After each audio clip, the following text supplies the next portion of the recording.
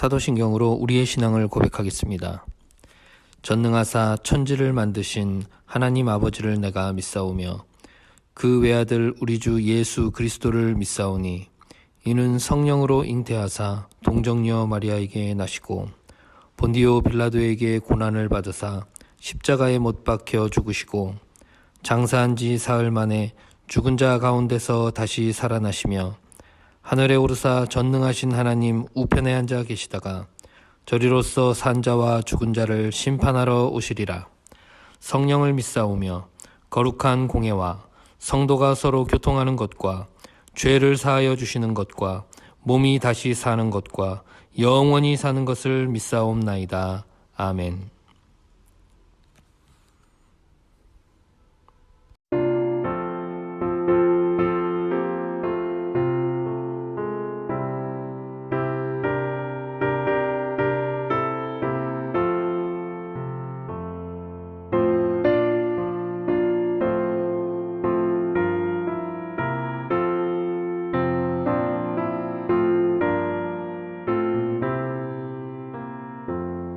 주의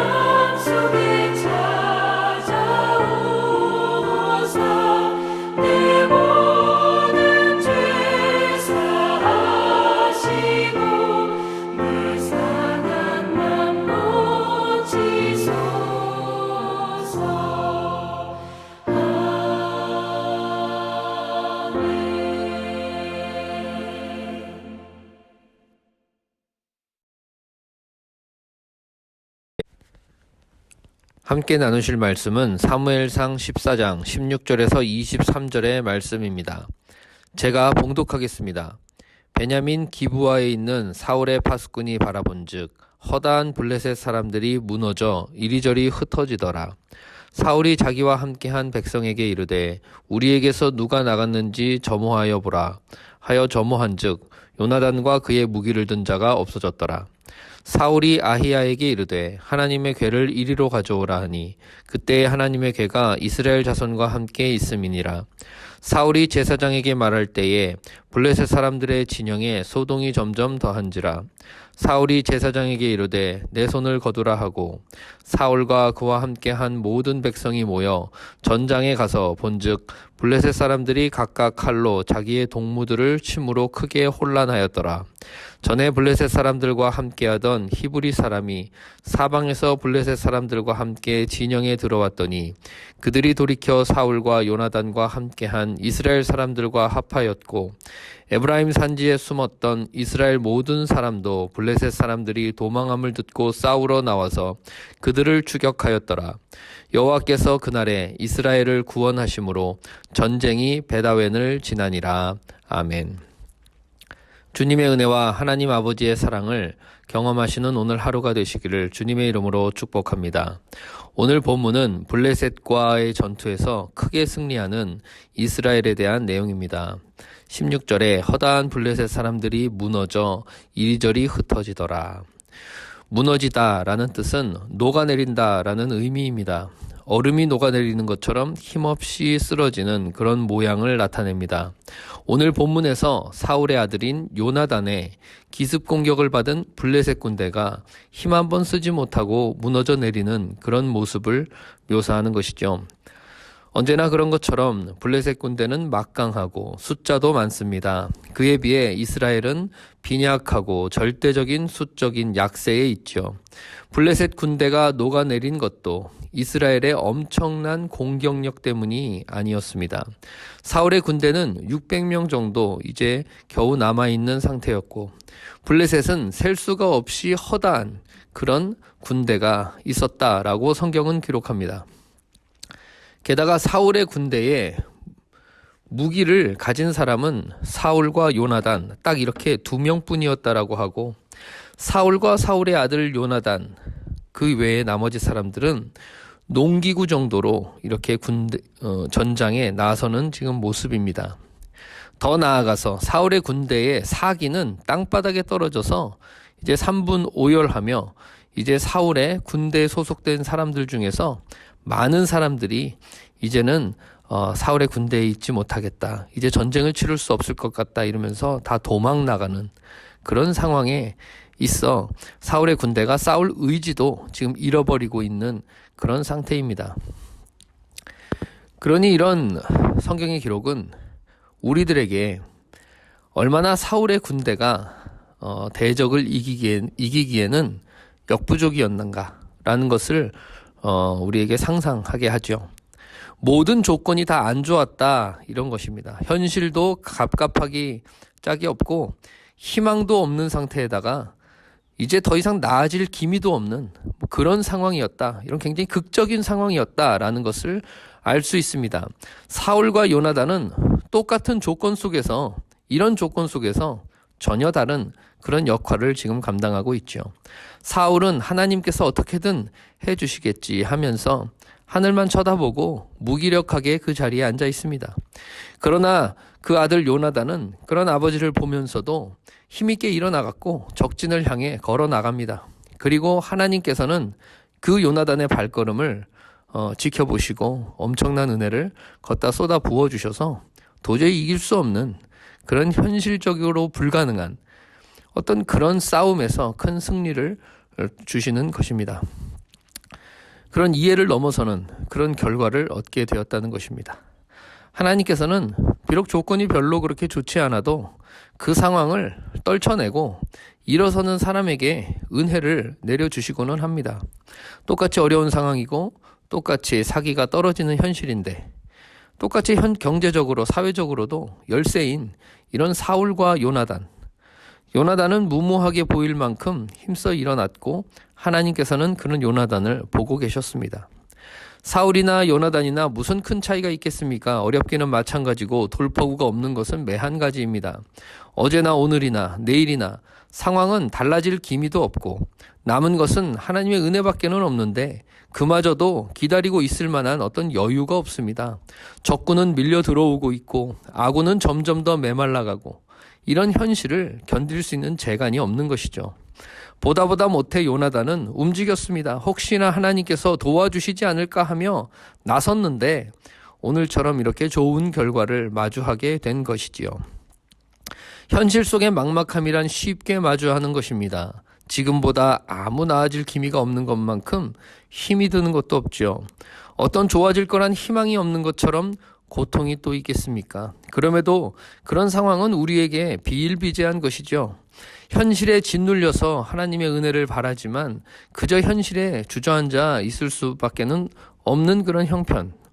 또 견디다 못해 일어나 하나님께 마지막 소망을 두고 자신이 지금 이 현존 이 현실에서 할 수 있는 일을 어찌하였든 최선으로 해 나갈 수도 있습니다. 그것은 언제나 성도의 선택입니다. 감옥에서도 소망을 가지고 꿈 해몽을 했던 요셉은 그로 인해 은혜를 얻었고 다윗과 골리앗은 말할 필요도 없을 것이고 다니엘이나 엘리야 같은 은혜에 대한 증인들이 구름같이 허다하다고 성경은 기록하고 있습니다. 모두 다가 그런 어떤 막막함, 그런 어떤 현실의 좌절 가운데 밀려 들어갔지만 그 가운데 하나님께서 도와주시지는 않을까? 하나님께서 혹시 은혜를 베푸신다라면 내가 이 모든 것을 딛고 나갈 수 있겠다라는 어떤 마음으로 어찌 보면 그 삶의 몸부림, 어찌 보면 그 삶의 조건들을 감당하며 자신에게 할 수 있는 그 일들을 해나간 그 사람들에게 하나님은 은혜를 내려주시고는 했습니다. 하나님께서는 조건이 좋지 않아도 그 상황을 떨쳐내고 일어서는 사람에게 언제나 길을 주시고 언제나 은혜를 주시고 언제나 살 소망과 우리는 알지 못하는 또 알기도 어려운 그런 일들을 행하십니다.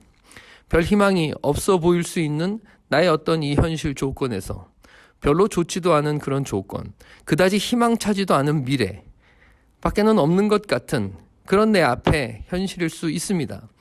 그것은 모든 사람들이 경험하는 것이죠. 다양한 상황들을 떨쳐내고 오늘 내게 주어지는 이 시간, 24시간 안에 자신이 할 수 있는 일을 믿음으로 해 나가신다면 우리는 생각지 못할 혹은 이해하기 어려운 하나님의 은혜를 얻게 되시는 겁니다. 어떤 시간이든 할 수 있는 대로 충실하게 지내셔서 하나님의 은혜를 증언하시는 허다한 증인으로서의 삶을 살아가실 수 있는 저와 여러분이 되시기를 주님의 이름으로 축원합니다. 기도하겠습니다. 믿음으로 믿음에 이르게 하시는 하나님 아버지, 예나 지금이나 우리가 쉽게 넘어갈 수 없는 현실의 여건들을 마주하게 됩니다. 소망이 말라붙어갈 때에도 하나님을 향해 일어서는 용기를 주시고 현실 속에서 할 수 있는 일들을 책임있게 감당하여 하나님의 은혜를 증언하는 전도자의 반열에 들어갈 수 있도록 저희들을 축복하여 주시옵소서. 하나님께 모든 삶의 여정을 다 맡겨드리고 늘 감사드리며 살아계신 예수님의 이름으로 기도하옵나이다. 아멘. 하늘에 계신 우리 아버지여, 이름이 거룩히 여김을 받으시오며 나라가 임하시오며 뜻이 하늘에서 이루어진 것 같이 땅에서도 이루어지이다. 오늘 우리에게 일용할 양식을 주시옵고 우리가 우리에게 죄 지은 자를 사하여 준 것 같이 우리 죄를 사하여 주시옵고 우리를 시험에 들게 하지 마시옵고 다만 악에서 구하옵소서.